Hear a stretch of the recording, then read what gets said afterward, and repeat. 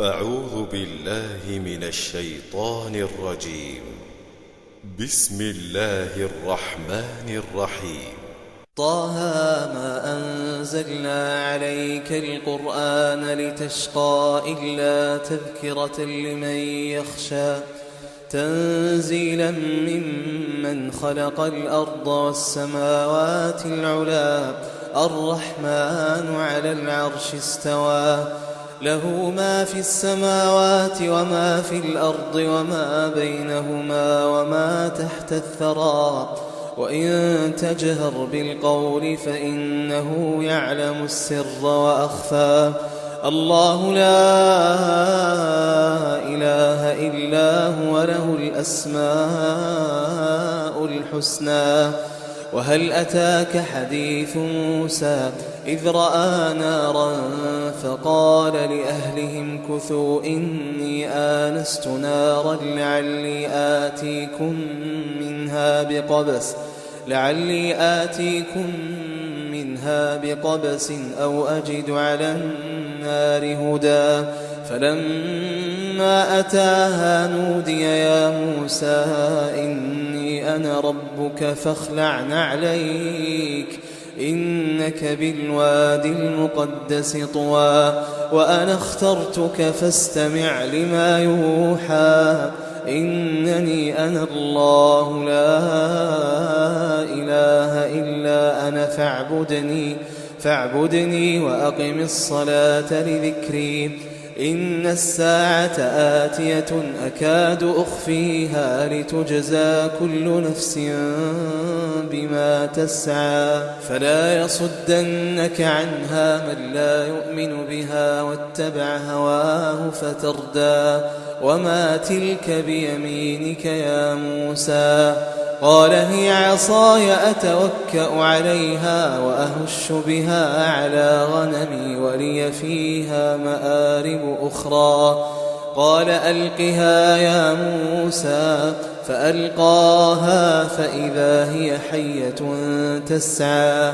قال خذها ولا تخف سنعيدها سيرتها الأولى واضمم يدك إلى جناحك تخرج بيضاء من غير سوء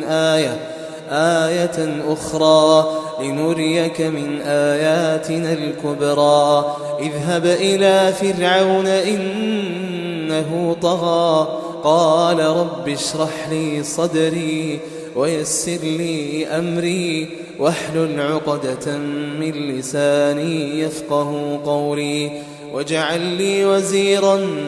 من أهلي هارون أخي أشدد به أزري وأشركه في أمري كي نسبحك كثيرا ونذكرك كثيرا إنك كنت بنا بصيرا قال قد أوتيت سؤلك يا موسى ولقد مننا عليك مرة أخرى إذ أوحينا إلى أمك ما يوحى أن اقذفيه في التابوت فقذفيه في اليم فليلقه اليم بالساحل يأخذه عدو لي وعدو له وألقيت عليك محبة مني ولتصنع على عيني إذ تمشي أختك فتقول هل أدلكم على من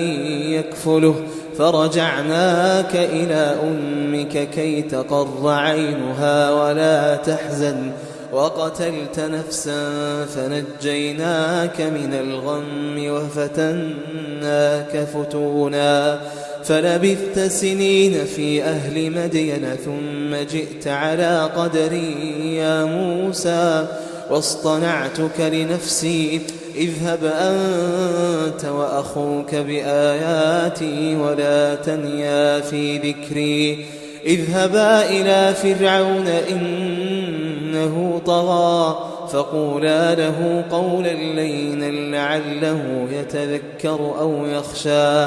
قالا ربنا إننا نخاف أن يفرط علينا أو أن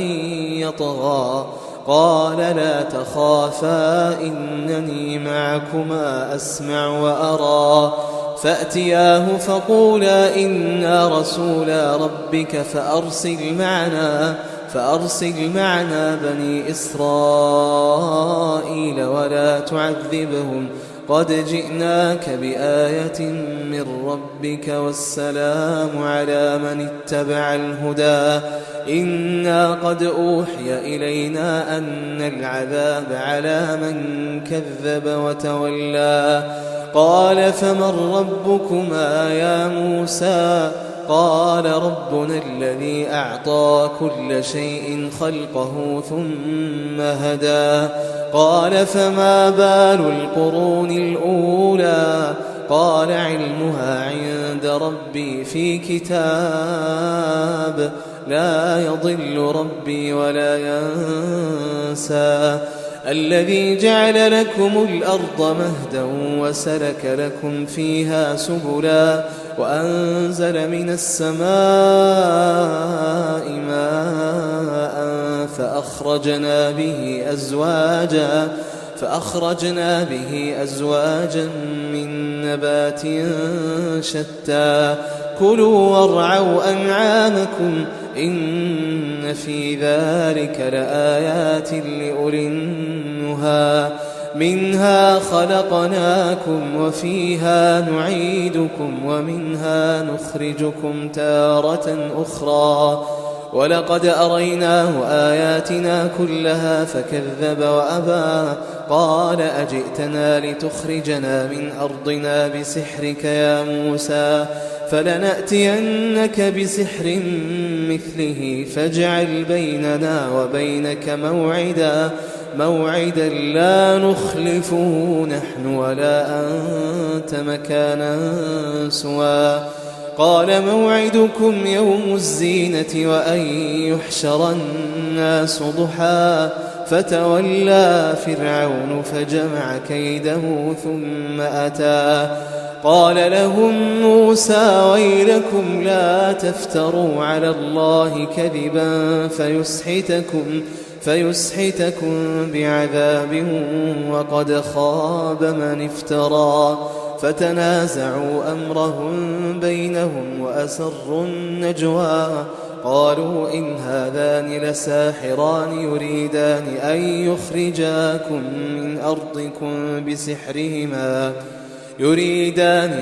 يخرجاكم من أرضكم بسحرهما ويذهبا بطريقتكم المثلى فأجمعوا كيدكم ثم أتوا صفا وقد أفلح اليوم من استعلى قالوا يا موسى إما أن تلقي وإما أن نكون أول من ألقى قال بل ألقوا فإذا حبالهم وعصيهم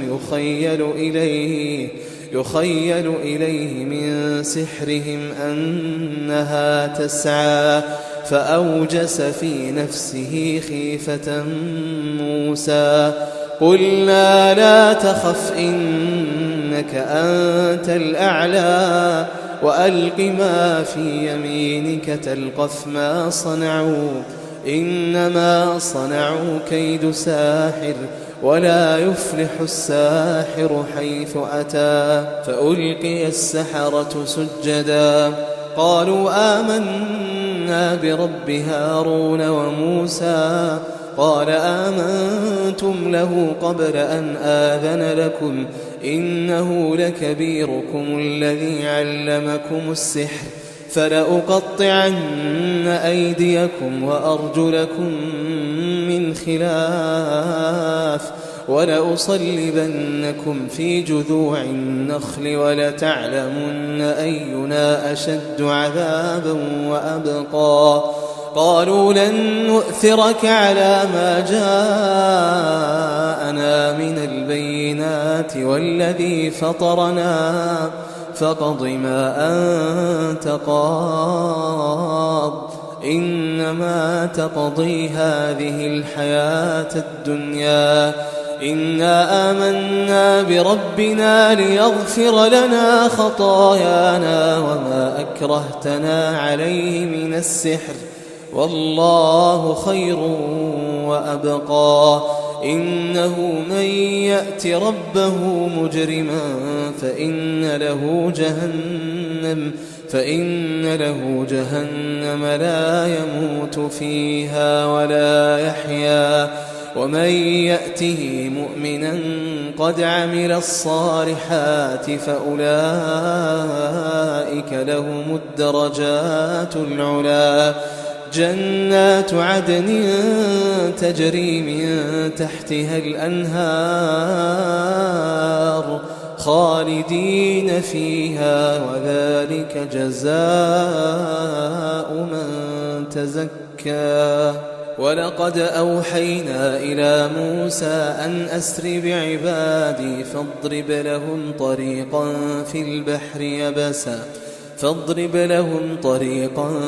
في البحر يبسا لا تخاف دركا ولا تخشى. فأتبعهم فرعون بجنوده فغشيهم من اليم ما غشيهم وأضل فرعون قومه وما هدى. يا بني إسرائيل قد أنجيناكم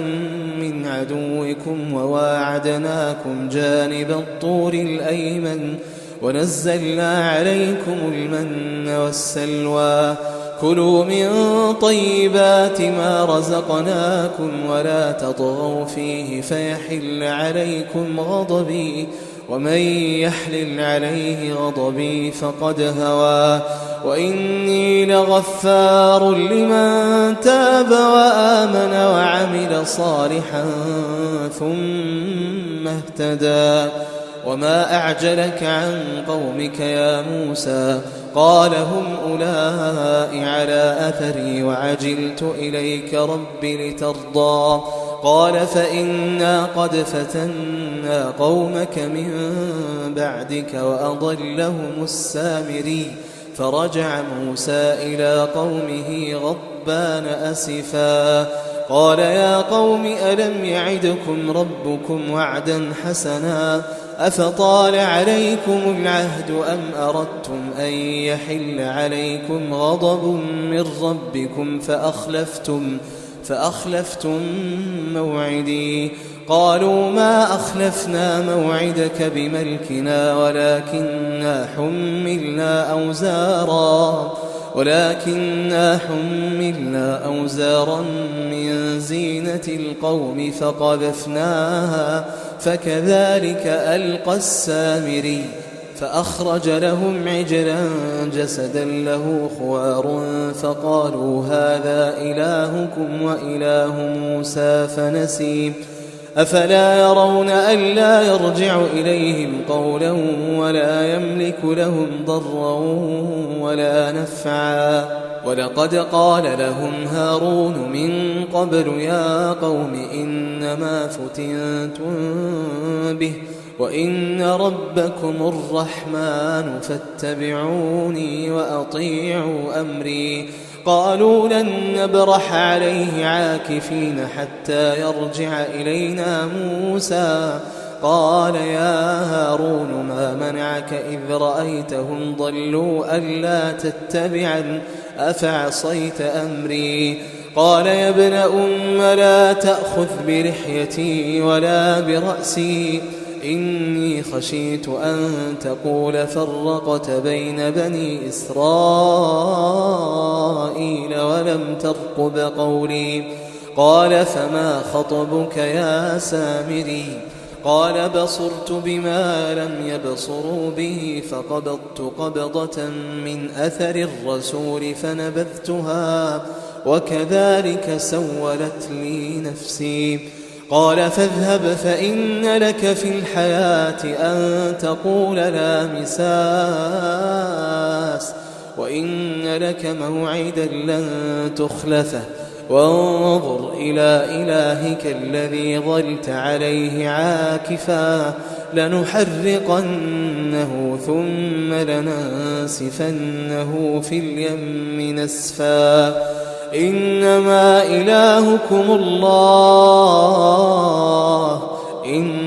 إلهكم الله الذي لا إله إلا هو وسع كل شيء علما كذلك نقص عليك من أنباء ما قد سبق وقد آتيناك من لدنا ذكرا من أعرض عنه فإنه يحمل يوم القيامة وزرا خالدين فيه وساء لهم يوم القيامة حملا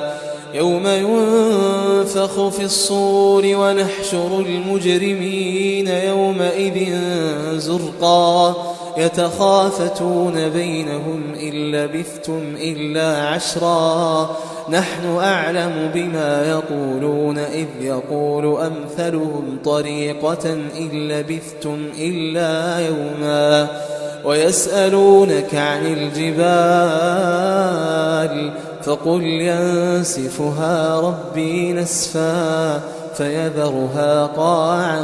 صفصفا لا ترى فيها عوجا ولا أمتا يومئذ يتبعون الداعي لا عوج له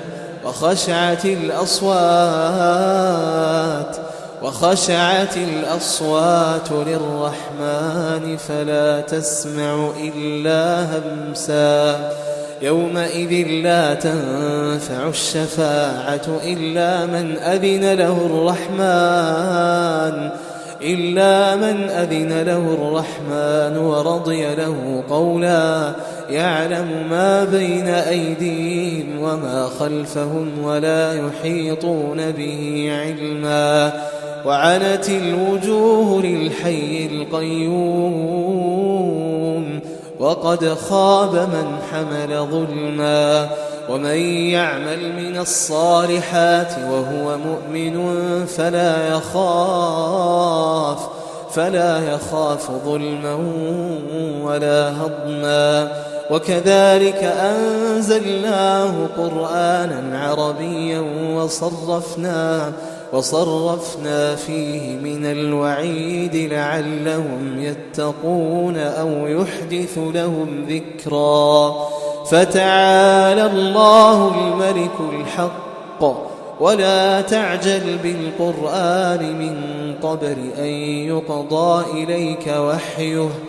وقل رب زدني علما ولقد عهدنا إلى آدم من قبل فنسي ولم نجد له عزما وإذ قلنا للملائكة اسجدوا لآدم فسجدوا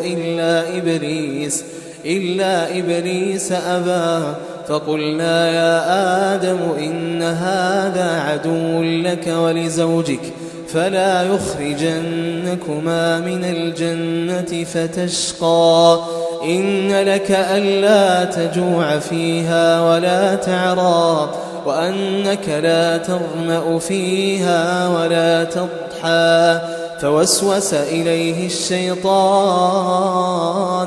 قال يا آدم هل أدلك على شجرة الخلد وملك لا يبلى فأكلا منها فبدت لهما سوآتهما وطفقا يخصفان عليهما من ورق الجنة وعصى آدم ربه فغوى ثم اجتباه ربه فتاب عليه وهدى قال اهبطا منها جميعا بعضكم لبعض عدو فإما يأتينكم مني هدى فمن